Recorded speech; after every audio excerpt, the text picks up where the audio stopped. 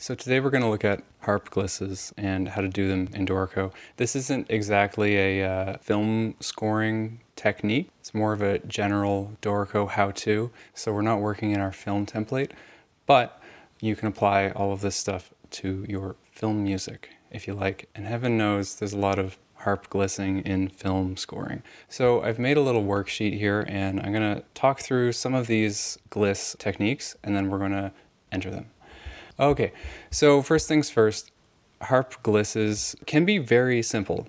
If the key is already established and the pedaling is already established, it could be as easy as writing gliss and then the notes down and up in this case, or up and down, or it could be as simple as having your notes with a gliss line in between. Sim, I guess in this case, the first instance of the gliss happening would be written out in full, and then every subsequent one would be written like that. Cool, so that's all simple. We don't really need to, I don't think I need to talk about how to make these.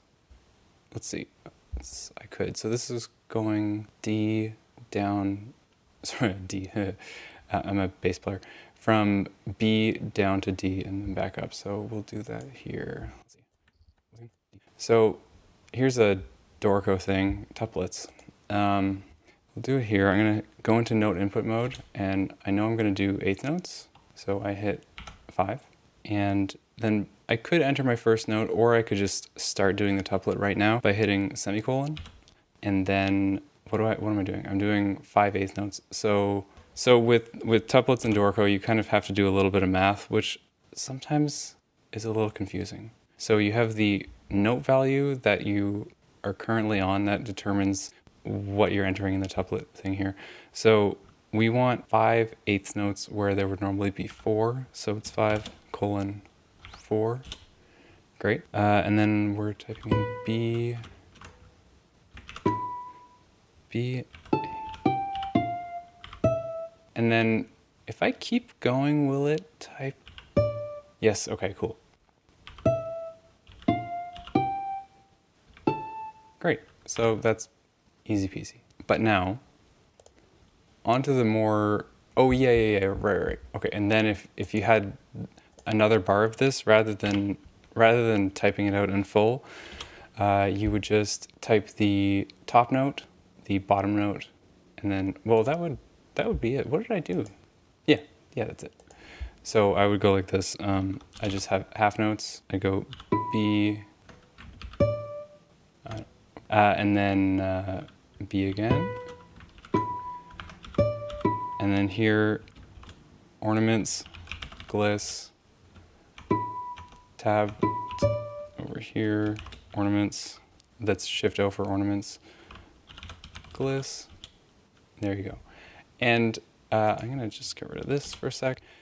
So one sort of missing thing, you can have the gliss text on your lines.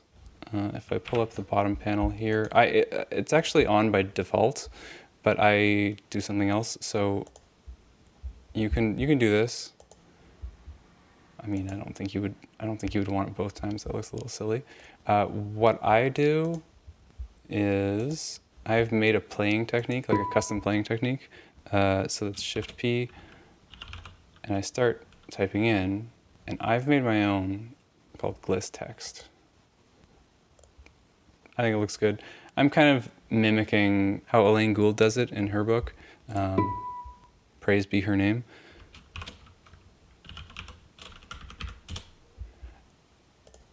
In this case, actually, I would type sim, and believe it or not, I don't think there's a simple way of typing in sim. I mean, you could do like staff text, but the best way is to actually just make your own playing technique, which I did with gliss, and I've done it here. So I type sim, and there you go. Okay, that's easy glisses. But there's another style of writing these that is popular. Well, 2 basic styles of writing a gliss for harp, and they look like this.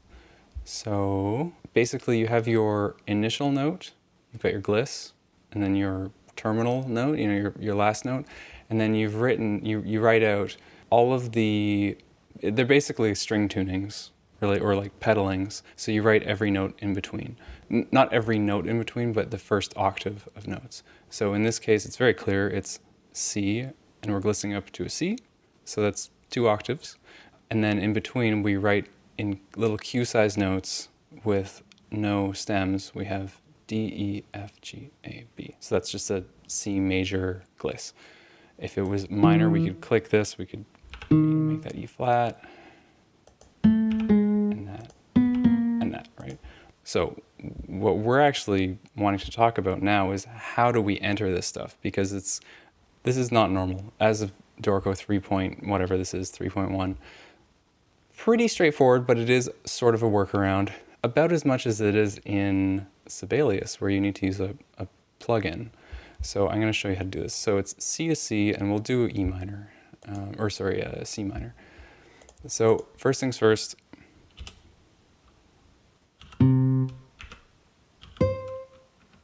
Okay, we have our first note and our last note, and there's a bit of an order of operations to do here, I think.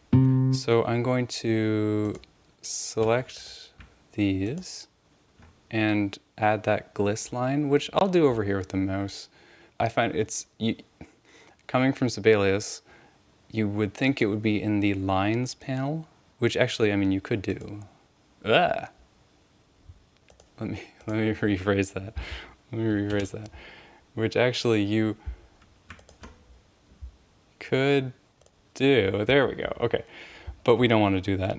For one, it won't. I don't think it'll play back, and then 2, it's just awkward. So glisses are not found in lines, they're found in ornaments. So here we go. And there's our gliss. And again, by default, I have it so my glisses don't say gliss on them, because I find when you have a whole bunch of them, it just looks super weird. Now we need to add those small cue-sized notes with no stems. So here's what we do. We use grace notes. So I'm going to enter them up here, coming before the final note. I'm going to enter them as 16th notes, so I press 4. I think 8ths work. I think actually anything works, but in this case we're going to do 16ths. I do think it might affect spacing. I'm going to press slash or question mark, and that, if you see up in the left corner, that turns on grace notes. And I'm going to enter the notes that I want to, like the harp player to tune to. So we've already got C, so we have D, E flat, F, G, A flat, B flat. Okay. So notice this might look a little weird right now because we've been bumped onto the next system. Not a big deal. Now, we're going to select these notes. We're going to bump them down the octave. That was Control-Alt down on Mac. I want to say it's Command-Alt down. Anyway, now they're down the octave, and we're going to actually put them on the staff below by pressing M. M moves things to the staff below, like that, and N moves into the staff above. And finally, we're going to tick this box down here, grace note before bar line. Okay, so now they've been, even though they're grace notes that are attached to this note here, they've been moved down to the staff below, and they happen before the bar line. Okay, so we're getting there. What do we have to do? Well, first of all, didn't I enter a... Where did my gliss go? Okay, whatever. There's the gliss. Ignore the collision here. It doesn't matter. I think we just have one more step. I'm selecting all of these. Here we have to venture into engrave mode. And where is it? Notes and rests, hide stem. That's more or less it. There's one more thing, which is I like to add the gliss text. There we go. Now, as for this collision, that might sort itself out at the end of the project. You could, of course, go into engrave mode. I'll show you. Grab this thing, and just, just manually move it. But so this is the first style. Let's go back to my prettier page here. Okay, so they're basically 2 styles. Also, you need your little gliss text. They're two styles, two ways of doing a very similar gliss technique. The first is to have these notes written out, but then have this gliss go from the first note to the last note. The next way is fundamentally the same thing. It's just you have the gliss line coming from the final cue size note. Tomato, tomato, in my opinion. But the reason I'm even talking about it is because of this. So let's say I'm gonna grab everything here, but I don't like the gliss line here. I'm gonna do it from here, which you can do. Well, we'll figure that out later. Okay, anyway, if we look over here, this all looks pretty and everything, but this line, to me, it looks a little ridiculous being that vertical. So the way that we would solve that is if we could just get all of these notes a little further over to the left, like scrunch them in closer to the initial note, you'll see here, this is kind of what we want. Notice the space. I mean, really, this is just to get some extra space in between the final note and then this note here. Okay, but how do we do that? The grace note technique does not work for this. So what do? We do something that I believe is more similar to Sibelius. So we're gonna make a tuplet in another voice, I think. So what I would do is hit enter to go into note input mode. we're gonna do quarter notes. We're gonna start the quarter notes on beat 2. We're gonna put them in a different voice, which I think I press V.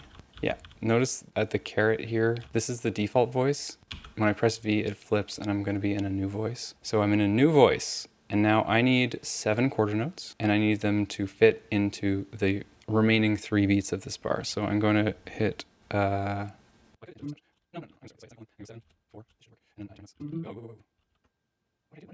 So I did this, 7 quarter notes in the space of 4 quarter notes, but it should have been 7 in the space of 3 quarter notes, which makes much more sense. D, E, F, G, A, B. Great. 1, 2, 3, 4, 5, 6. Oh, you actually want 6 quarters, but this will actually work because this actually gives us some nice space here. Interesting. So we do that, and then there are a couple more steps. Let's see what order we have to do them in. We're going to add our gliss, which I'm using the mouse because I'm lazy right now.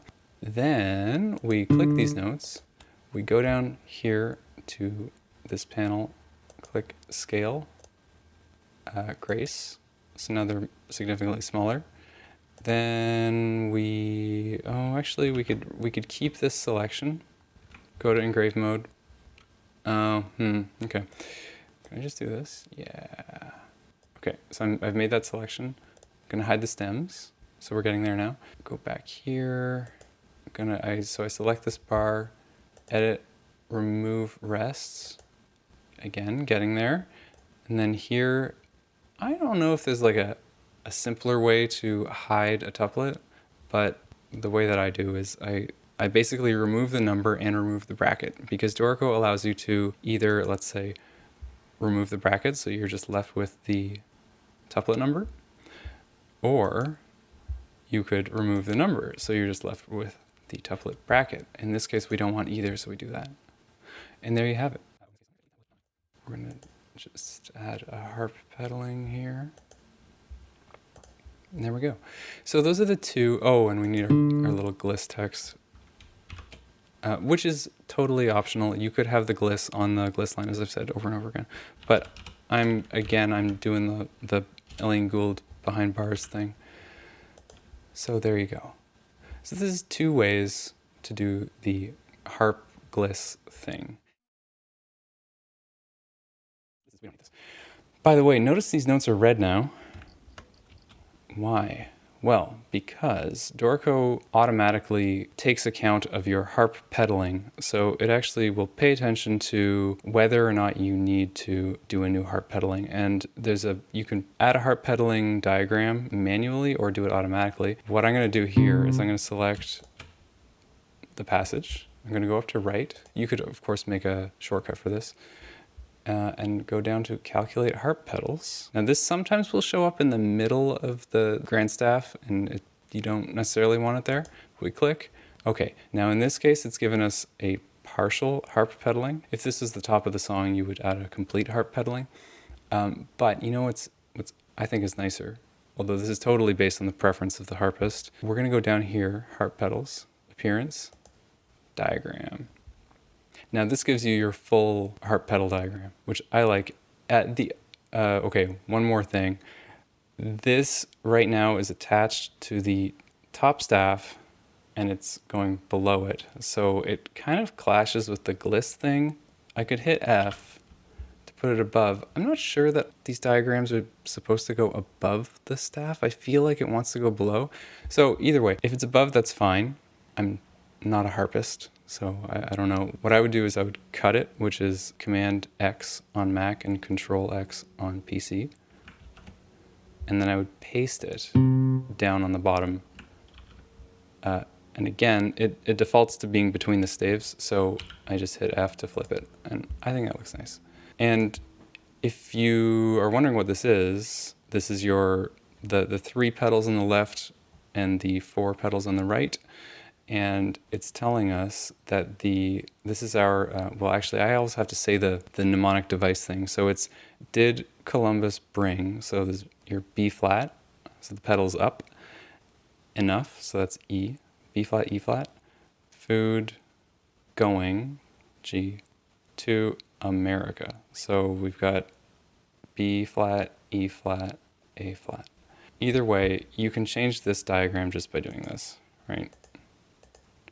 The other thing right now, and again, in engraving options, I have a box ticked about partial harp pedaling. If we tick this, we can cycle through whether or not we want the full pedaling stated every time or just the partial pedaling. I'm sure there's a rule about that, but I don't know. Anyway, blah, blah, blah. That's just harp pedaling. So.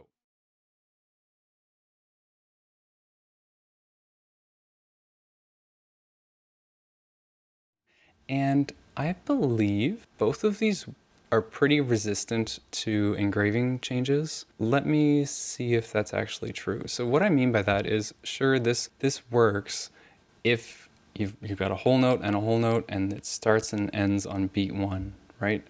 But would it work if I maybe bump this note over a little bit? Let's see. I'll make it a half note. Oops.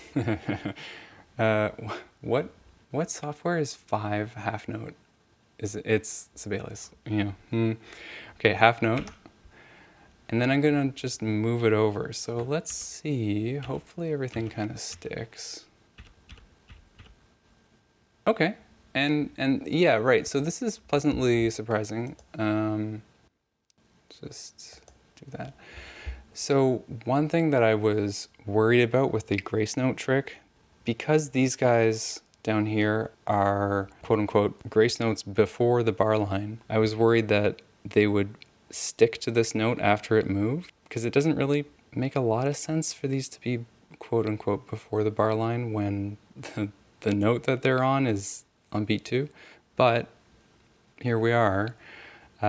Blessedly, it actually still works, which is nice. I could keep moving it. Yeah, totally legit. Again, there's a collision there, but it's not really a big deal.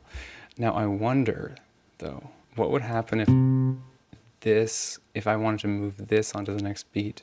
Or if I even change the value. What if I turn it into a half note? Okay, that's okay. I'm gonna move it over. So it starts, it still works. Interesting. And this is still, now of course this guy is stuck to the wrong beat, but it's fine. That's still good, as far as I know, anyway. Now, I wonder if the same is true for this. So, again, what I'm going to do is I'm going to turn this into a half note, and then just start moving it. Okay, so this sticks. I believe I could be wrong. I don't know if you would, like in proper harp writing, if you would remove this rest, or because what we're saying is we want the gliss to terminate on beat 3. You could remove the rest and write some bracketed notes on top, or you could do, Okay, that works. Now what will happen though? Like if I wanted to turn this into a half note, again, we can remove the rest later. Yeah. So that's obviously not what we want. Interesting. So the grace note thing works better, eh? But, okay. How would we do this? We could grab everything in the bar, except for you, and move it. That's not so good. Although I wonder, I need to look up, oh God, oh no, what happened now? Interesting. Be right back, I'm gonna fast forward through some undoing. So, what I'm wondering is, I need to find some real life examples where a gliss starts on like beat 4, where there's no room to actually write in these courtesy notes. I wonder if in that case you would just put them in the next bar. Like, what happens if I do this? Cut? Oh boy. Oh boy. Uh-oh. Everything's fine. Everything's fine. This is easy. Like, what happens if I do this? By the way, the issue here is when you remove rests, it becomes, there's a way to handle this, but it becomes a little confusing for selecting a bar. We'll talk about that later. So I just pasted, that's pretty gross. Do not like. So, interesting. I think the like hardier technique here is to use the grace note technique as opposed to the bunch of tuplets technique. I suppose if the publisher you're working for or the composer that you're working for absolutely needs the gliss line to come after the final note here, you might need to, well, it'll just be harder to enter something and move it around. Although realistically, when would you do that? And it seems like an edge case. So let's see what happens if I go into engrave mode and I do like a line break. So it's still not resolved. But what about another line break? What about we do it here? Yeah, okay, so I wouldn't do any manual manipulating of anything until you're pretty much done your project, because here, for instance, here, like these notes really ought to be over closer to here. Of course, the collision is resolved. Now, there are a couple ways to move these notes around. Again, this is all kind of workaround territory, right? Because ideally, there would just be a write out cue size harp notes button. I'm sure there will be at some point, but there isn't now. So let's see, what could we do? I wonder if we select these notes and then make them eighth notes. Now, I'm sure you saw what happened there. Things get a little weird when you do all this, like put the cue notes before the bar line, put them down the octave on the other staff. There's a lot of weirdness that goes on. So I wonder, let's see. And again, this is all because I manually put this system break in here. Let's see. What if I made them quarter notes? I don't know. Why not? And then selected them before. Why Oh, that's so weird. Why?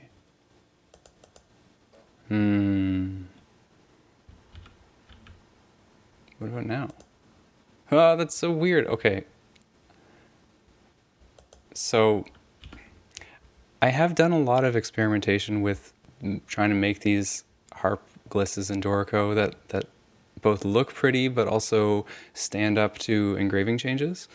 And things do get a little weird. So I don't know if you saw that. At the moment, these are up in the treble clef. What if I do this? And for whatever reason, they won't get nudged before the bar line. I'm sure there's a reason. I'm not a Dorico uber power user. Soon. So for whatever reason, that won't work. But if I move it down, then it works. Huh. Okay. I don't know. Also, moving things around killed our gliss, which is weird. So if we go back here and we put the gliss in, that's nice. And then we're going to select all of these. And in engrave mode, hide the stems, and then we're good to go. Now what happens though? Oh, I need to see signposts. What happens if I delete this? Okay, nothing terrible happened. That's good. I was worried. Oh. You would think that this line would like continue up to this note here. That's weird. Why not?